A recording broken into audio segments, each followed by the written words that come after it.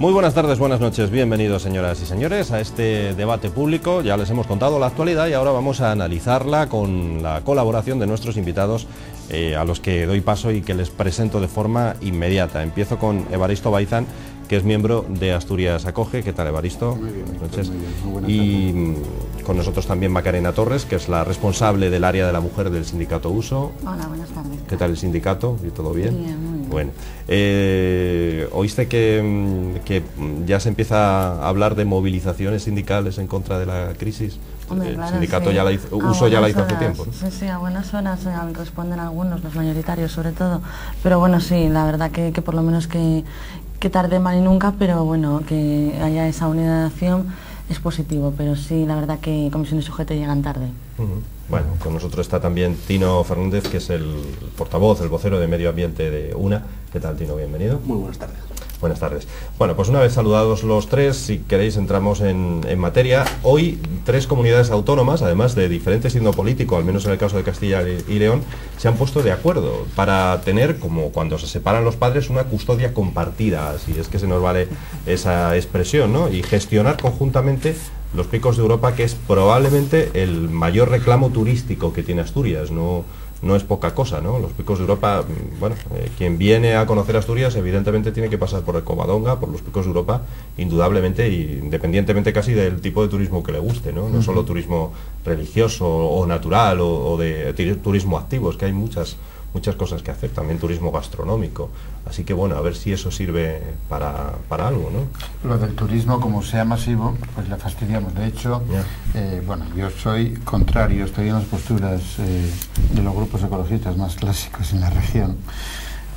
Por lo menos que yo sepa, la coordinadora ecologista y Asociación de la Defensa de la Naturaleza Asturiana, ANA, se llama, que argumentan, si bien ya el Tribunal Constitucional dictó que las comunidades autónomas son competentes en el tema, pero argumentan que una gestión tan próxima al lugar, es su argumento, genera un problema porque, digamos, los presidentes autonómicos y los alcaldes se ven presionados por intereses locales que impiden una gestión objetiva, distante de lo que significa conservación. Vienen a decir que los intereses económicos se arriñen con la conservación del medio, los intereses económicos, bueno, desde la explotación del medio. Y ahí viene el tema de que si hay mucho turismo masivo o se promueve, pues va a ser más difícil conservar, aunque también se supone que hay más ingresos para el territorio, ¿no? Bueno, habrá que controlarlo, me imagino, ¿no? O sea, está bien que lleguen turistas, pero claro, habrá que controlarlo.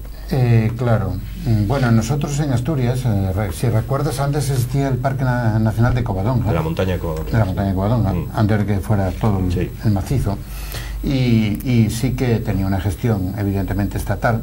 Yo creo que fue un modelo de gestión aquella, bueno, esa gestión del Parque Nacional de la Montaña de Covadonga. Pero claro, el resto de los macizos, tanto el cántabro como el leonés, yo creo que no se ha hecho gran cosa ahí desde que se declaró Parque Nacional el conjunto. No se declaró y recordaréis que había peleas que yo creo que no se han resuelto bien sobre el derecho a la caza en la zona de León o distintos usos que se quieren dar a distintos sectores. En definitiva, cuando dices... Que se pongan de acuerdo, ¿no? Claro, de lo que dudan los ecologistas es de que haya acuerdo en la gestión y va a haber de hecho 3 directores. Por algo será que va a haber 3 directores, ¿no? Bueno, lo dejo ahí porque ya... ¿Creéis entonces que mejor que lo lleven ahora las comunidades en cuyo territorio se encuentra el Parque Nacional de los Picos de Europa o mejor que lo gestione todo Papá de Estado? Hombre, yo creo que es mejor que pasen las comunidades, las transferencias a las comunidades autónomas, porque precisamente a lo mejor se van a, lógicamente, preocupar mucho más, ¿no? Porque les compete más directo. Lo que pasa que, bueno, miedo me da que sean 3 comunidades también de diferente signo político, que lo lleven todo, pues como siempre, a los enfrentamientos políticos entre ellos, ¿no? Y que al final quede la casa sin barrer y a lo mejor pues quede mejor a nivel estatal. Pero bueno, yo creo que en principio creo que sí que es más positivo que bajen las comunidades autónomas y que precisamente, pues bueno, esto es un tema más para ecologistas, pero que yo creo que sí que va a gestionarlo mejor en el sentido pues de mayor cuidado, como apuntaba él, y que a lo mejor también pues de puestos de trabajo que pueden generar incluso. no es un tema solamente ecológico, claro, efectivamente, es un tema turístico e incluso económico, porque claro. Desde hace algunos veranos se prohíbe entrar con vehículo particular, como sabéis, subir a los lagos, no se puede, en determinadas fechas del año hay que subir en autobús. Eso al principio lo cierto es que provocó también bastantes problemas y bastantes quejas, bastantes críticas, pero parece que ahora está bastante aceptado por todo el mundo, ¿no? ¿Tino? Vale, yo quería comentar, hacer una especie de doble lectura de todo esto, ¿no? Por un lado está la parte de la gestión que se está haciendo, de que sean 3 directores y todo esto. Yo veo estupendo que haya una gestión común y creo que lo que es que llega tarde, aunque ya llevan muchos años el parque ahí y que se lleva gestionando muy mal. Lo que no puede son leyes difusas, básicamente porque los corzos no tienen nada claro si están en Asturias o en León. Entonces lo que no tiene sentido es que aquí aplique una ley y aquí la otra. No, necesitaríamos evidentemente un conjunto de normas que afectaran al parque y que pudieran ser compatibles con las de las autonomías. Esto, por otro lado, es un ejemplo claro de que cuando hay voluntad política de gestión autonómica no hay problemas de enfrentamientos entre autonomías. Y en este caso alguien lo ponía de manifiesto. Son de distinto signo, ya, pero tienen un objetivo común. Quizá eso sea bueno, ¿no? O según yo lo veo, por lo menos para el ecosistema de la zona puede ser muy bueno que se dejen de pelear políticamente y que tomen decisiones comunes. Por otro lado, sí que me preocupa mucho cuando el PSOE dice pues muy abiertamente que esto es una cuestión medioambiental, que ellos se preocupan mucho, y yo es que estoy visualizando en la cabeza el mapa de Asturias con una línea de alta tensión por mitad de los picos de Europa. Bueno, en fin, aparte de la gestión conjunta, deberíamos preocuparnos de unas cuantas cosas más, de no amenazar al entorno natural, que solo la gestión conjunta, que está muy bien, que me parece una buena idea. Y por último, lo del tema turístico, es verdad que hay que llegar, desde luego, a un compromiso entre lo que sea el crecimiento económico sostenible y lo que es la conservación del medio ambiente. Ni necesitamos tener a los animales metidos en una jaula para verlos, que no tiene ninguna gracia, porque eso no será disfrutar del medio ambiente, ni tampoco podemos dejar a pues, un montón de gente caminando libremente por los picos de Europa, tirando una lata de Coca-Cola allí y una de cerveza más adelante, que sería muy, muy triste, ¿no? Al menos así veo yo el tema. ¿Algo más sobre este tema, Evaristo? Bueno, yo no conozco evidentemente el plan rector de uso y gestión que se va a hacer, pero va a ser una de las herramientas, de todas formas, va a ser una de las herramientas más importantes donde se determinen esas normas comunes que dices tú de crecimiento y desarrollo sostenible y que compatibilice la economía con la conservación, ¿no? Pero fijaros la cantidad, me dio por mirar la cantidad de organismos que van a estar a gestionar el parque. Va a estar un patronato, un consorcio, una comisión de gestión, un comité técnico y 3 directores. Y 3 directores, y luego entre esos 3 directores además habrá que elegir a uno que se van a ir turnando para ser... Sí, y se va a ir turnando para ser, pues no sé, lo llaman director conservador, ¿no? Exacto. Digamos como el que lleva la voz cantante o algo por el estilo. Yo, si eso funciona bien, estupendo, y sobre todo si tienen un plan de uso y gestión común, donde si no se prohíbe la caza, como tú dices, si no se debe cazar, no se debe cazar en todo el parque. Yo no sé eso si se resolvió o no se resolvió, pero sé que no se había resuelto antes de que se juntaran aquí en León. Sí, porque hasta ahora en León sí se podía cazar, claro, por ejemplo, en Asturias no. Claro, era un poco... que van a tener 3 planes, 3 gestiones, que es lo que temen los ecologistas. Hombre, y efectivamente tampoco se trata de encorsetar a los vecinos que tienen determinadas pequeñas industrias, a lo mejor contaminantes y cosas por el estilo, transportes o cosas que pues, se pueden considerar un poquito que rozan con la conservación del medio ambiente. Bueno, pues habrá que buscar una normativa. Bueno, ejemplos hay, se entiende, normalmente se considera, por ejemplo, como un buen modelo de gestión que se dio al Parque Natural de Somiedo, ¿no? Bueno, el Parque Natural de Somiedo, claro, por parte solo de una sola comunidad autónoma, pero me refiero que el desarrollo económico se compatibilizó con el resto de la vida económica y con la conservación del Parque Natural. Sí. Estaba pensando en Muniellos ahora. En Muniellos. En Muniellos no se puede hacer ningún tipo de explotación. No, en Somiedo. Yo considero que eso es no conozco el detalle evidentemente ni en qué consiste un plan de uso y gestión, solo sé que existe y que se compone de un conjunto de normas que intentan compatibilizar eso, entonces habría que ver esa letra pequeña para ver cómo se va a llevar y luego que se entiendan, ¿no? Macarena.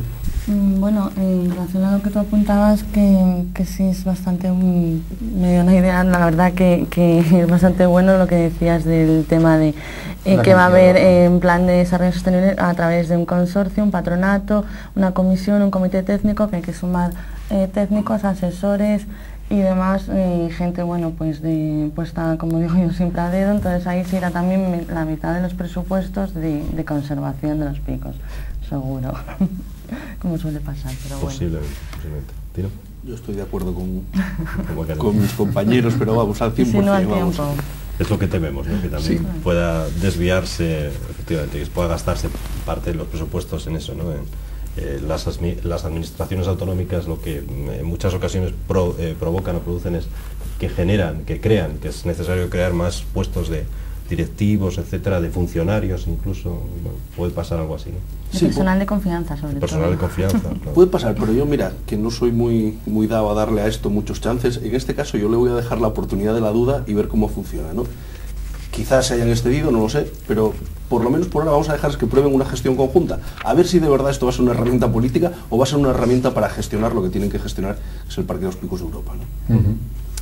Bueno, nos preguntamos ahora a estas alturas si será necesario que nos vayamos apuntando a alguna academia para ir aprendiendo la lengua, sobre todo aquellos que quieran presentarse a unas oposiciones. Parece que se va contagiando de unos ayuntamientos a otros. Empezó pidiéndolo, exigiéndolo, puntuando sobre ello el Ayuntamiento de Cangas del Narcea, y ahora el Ayuntamiento de Lena dice que también va a valorar el conocimiento de la lengua como méritos a quienes se presenten a unas oposiciones para conseguir un puesto de empleo público en estos dos ayuntamientos.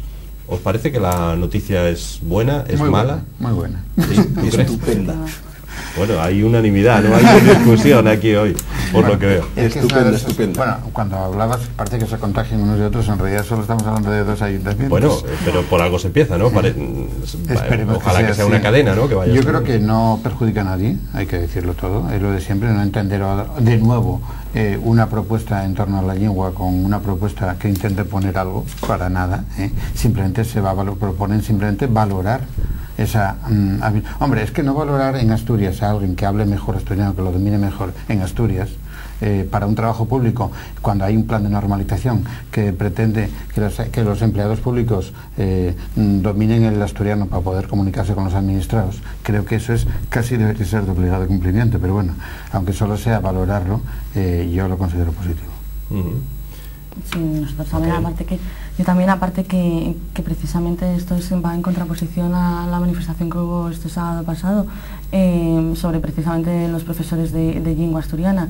O sea, que todo lo que sea favorecer que puedan encontrar puestos de trabajo que ahora mismo están perdiendo precisamente los profesores de lengua en contraposición, pues a lo mejor de otra materia, pues lo veo positivo. Y bueno, como dices tú, por algo se empieza, solamente dos ayuntamientos, pero bueno, poco a poco si se anexionan los demás. ¿Sí? Evidentemente, para Unidad Nacionalista Asturiana esto es una noticia estupenda, ¿no? Nosotros creemos que tanto el asturiano como la fala del Naviaeo tienen que ser lenguas vehiculares, y para que eso ocurra, lo único que podemos hacer es que se empiece a utilizar en todas las administraciones públicas. Me llama mucho la atención que una medida que prácticamente el PSOE pone en su normalización lingüística, después critica cuando se aplique. Es muy curioso, ¿no? Todos los funcionarios, todos los asturianos tenemos derecho. Oiga, es que quiero hacerlo. No, de ninguna manera. Bueno, esto roza el ridículo, roza la esquizofrenia. O sea, ¿para qué hago una ley de normalización lingüística? Para que acto seguido aquel que la aplique le critique y me meta con él. Evidentemente que tiene que ser evaluable. Primero, porque mucha gente de esas zonas habla asturiano. Segundo, porque parece que la lengua que está minorizada ahora mismo sea el español, cuando eso no es cierto. El castellano no está minorizado en ningún lado. Es una lengua perfectamente válida y contra la que no se está metiendo nadie, además. O sea, no es en ningún momento un desplazamiento. Nadie está diciendo, no, quita esto del castellano de la administración. Por Dios, a nadie se le ocurre ahora mismo esto. De lo que estamos hablando es de que la gente que quiere pueda expresarse en la lengua natal de él, en la lengua materna. Yo no creo que se pueda criminalizar eso y decir ahora que es ilegal. Discriminatorio e ilegal, ha dicho el presidente. Efectivamente, discriminatorio porque cuando yo no obligo a nadie a hablarlo, ilegal cuando ellos mismos que dicen que están haciendo una ley de normalización. ¿Cómo se normaliza una lengua? Si no es cuando los ciudadanos la pueden hablar con su administración pública y con sus gobiernos. Pero Tino, si no existe una oficialidad o cooficialidad de la lengua, ¿cómo me pueden poner no sé, primero valorártelo como positivamente? No es que sea obligatorio, pero te lo valora positivamente, con lo cual el que no lo sepa ya evidentemente está en inferioridad de condiciones. A mí me pueden exigir en Galicia que hable gallego, o en Valencia valenciano, en Cataluña o en el País Vasco, pero en Asturias... Vale, eso sí que es una hoja de doble filo, ¿no? Evidentemente el problema no está en que a un funcionario se le pida que hable asturiano, cosa que debería hacer de motu propio porque está en Asturias, sino el problema es que no sea oficial el asturiano. Esa es la tragedia que tenemos los asturianos falantes. Evidentemente nos están casi criminalizando a nosotros por querer hablar la lengua de nuestra casa. Entonces, lo grave que es que obliguen a alguien a aprender asturiano, no, yo lo veo lógico. Si yo mañana me fuera a trabajar a Cataluña, pues trataría de aprender catalán. ¿Por qué? Porque es lo que se habla allí. Y mucho más cuando soy un funcionario público, que estoy para atender a la gente. Que me guste a mí el asturiano no pasa a segundo plano.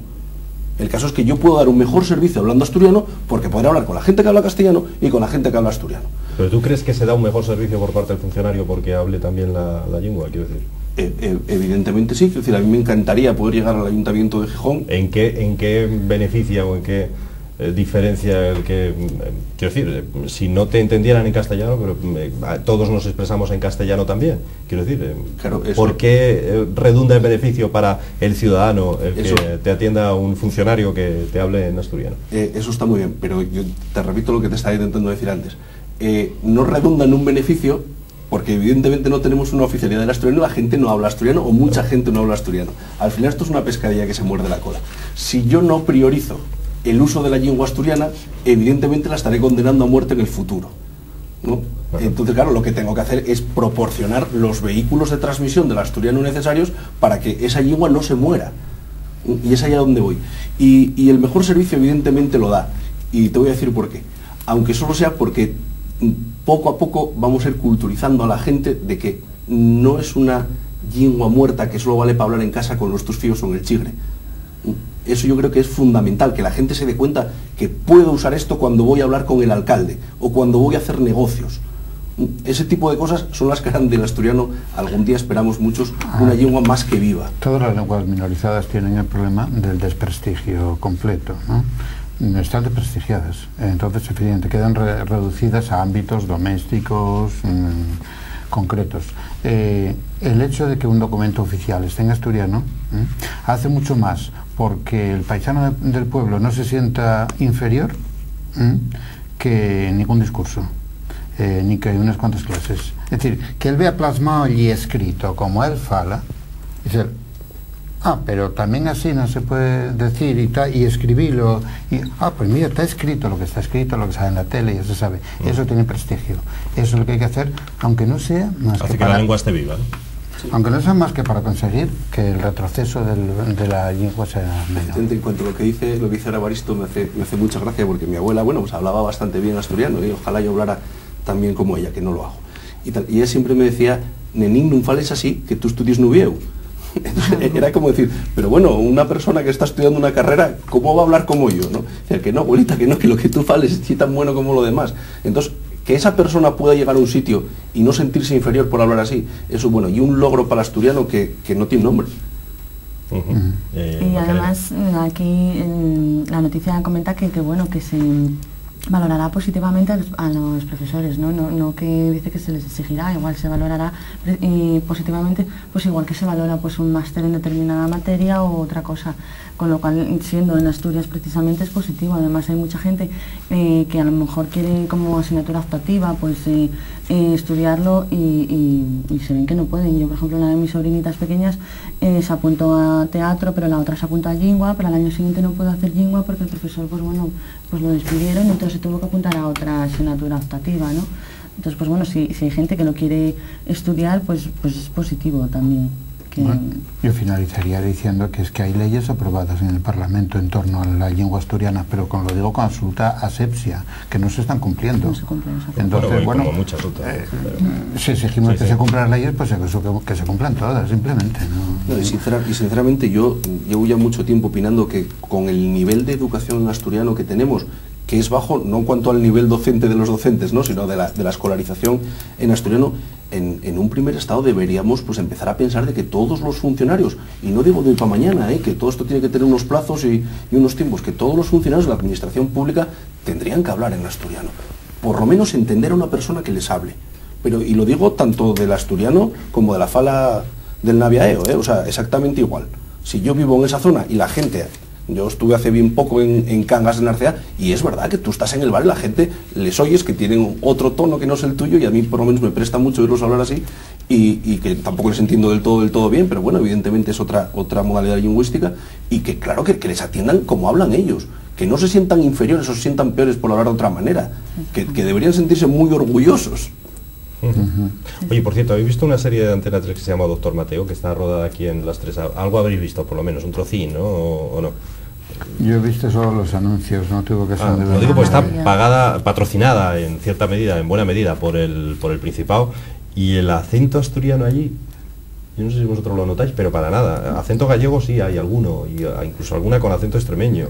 El acento asturiano en esta serie que está rodada en Lastres y que habla de la vida de un pueblo asturiano supuestamente llamado San Martín de Lastres y demás, pero no hay mucho asturiano ahí, ¿no? Pero bueno, es que es muy curioso, porque quiero decirte que antes de, ya sé que nos estamos remontando muy atrás, ¿no?, pero antes de Franco, pues el asturiano era una lengua igual que el catalán, el vasco, se le tenía en cuenta, y dice, bueno, y posteriormente esto la gente se olvidó. De hecho, hace poco, estando yo en Valencia, hablaba por el móvil con un compañero, y enseguida llegó alguien y me dijo, gallego, y dije, ay, bueno, no quedaste muy lejos. Sí. Vasco no soy, evidentemente, pero gallego tampoco, ¿no?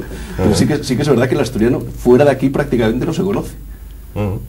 Bueno, ahora, llegado este momento ya del debate, me vais a confesar si hacéis descargas a través de internet, si funciona el Emule, el Ares, el etcétera en casa o no. Pues personalmente no lo uso, pero no porque tenga prejuicios morales ni legales, ¿eh? No suelo dejar películas o música, pero bueno, igual alguna música si cojo, si aprendo el camino, a lo mejor.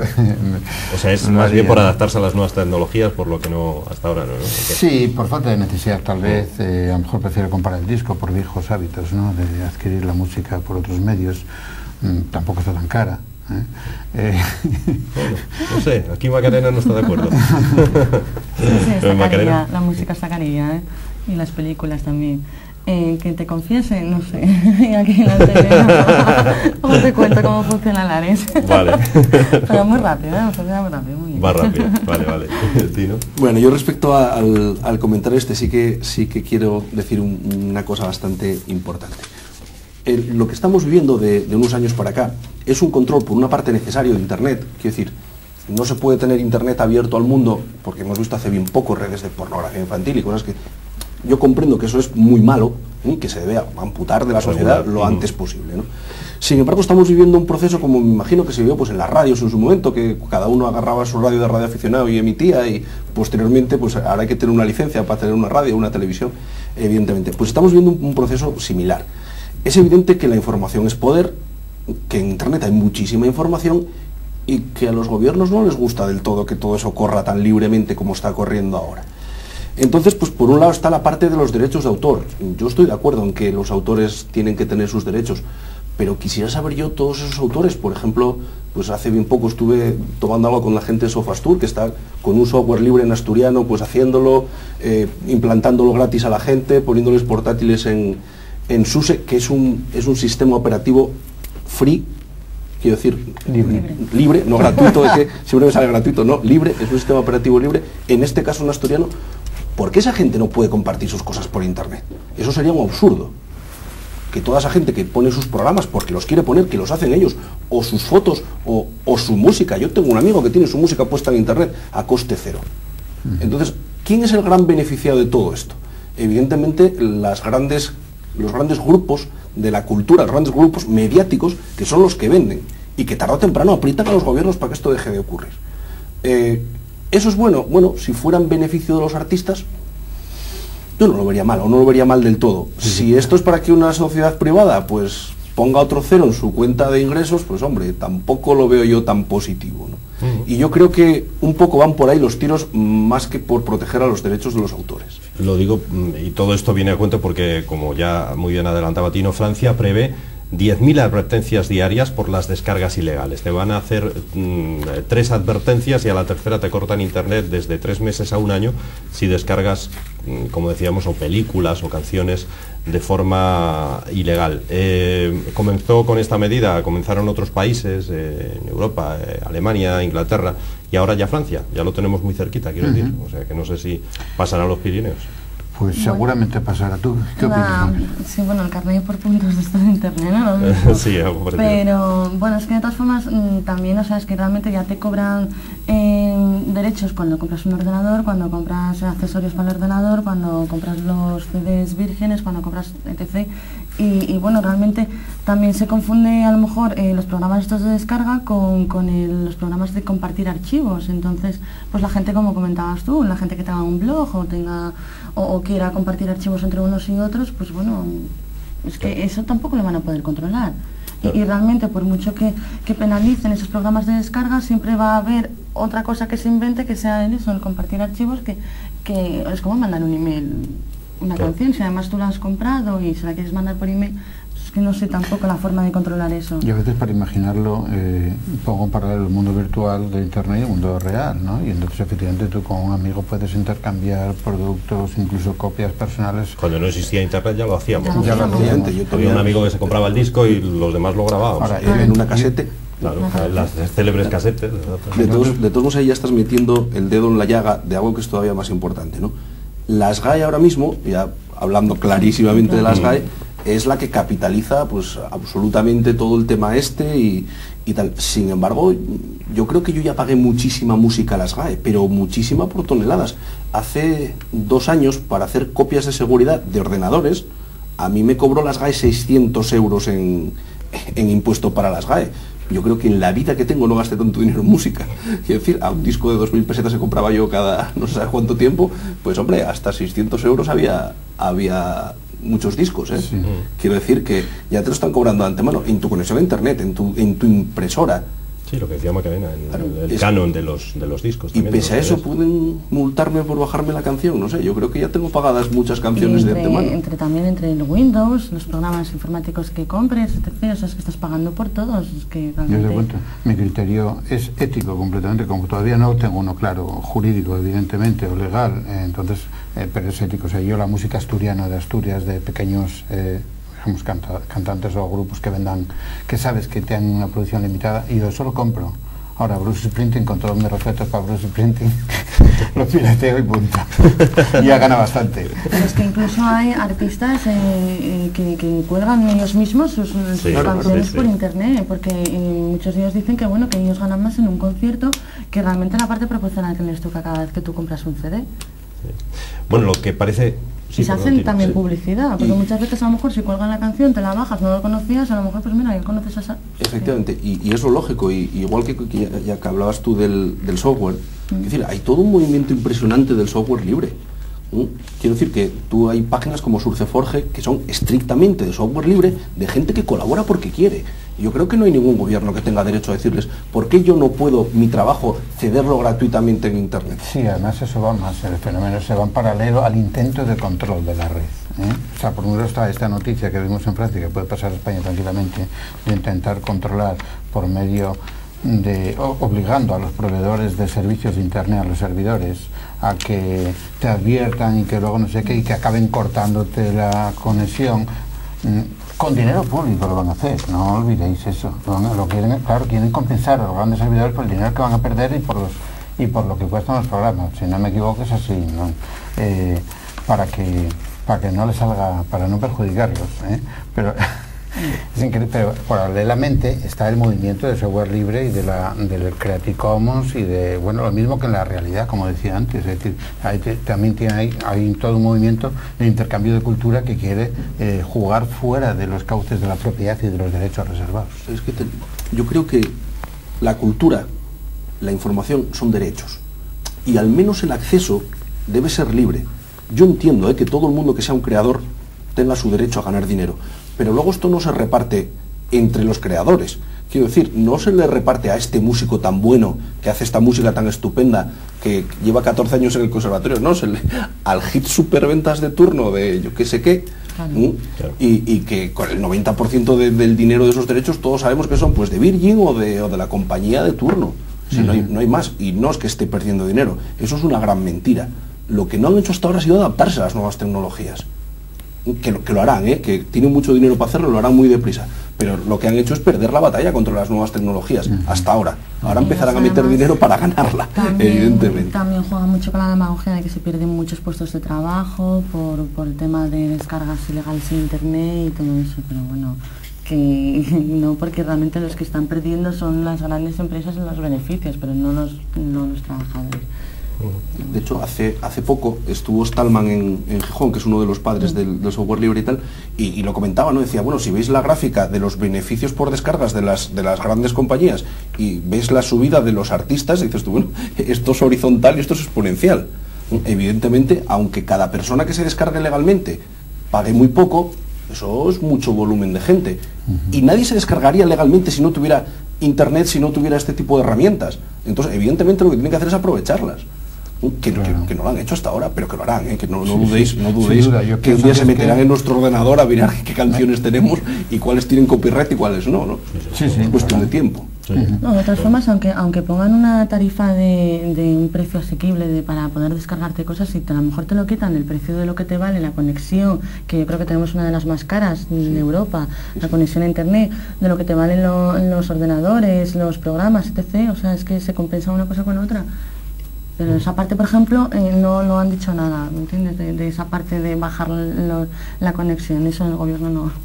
Yo creo que en cuanto se pongan de acuerdo las sociedades de gestión a nivel mundial, porque es un tema mundial, global, pues probablemente ataquen todos juntos y establezcan sus propias normas a los gobiernos y a través de los gobiernos a los servidores y aterrizando nosotros los consumidores. No recuerdo si fue Noruega o Suecia la que, bueno, en su momento dijo, vamos a pasar la administración pública a software libre, y Microsoft amenazó con dejar de vender allí el Windows.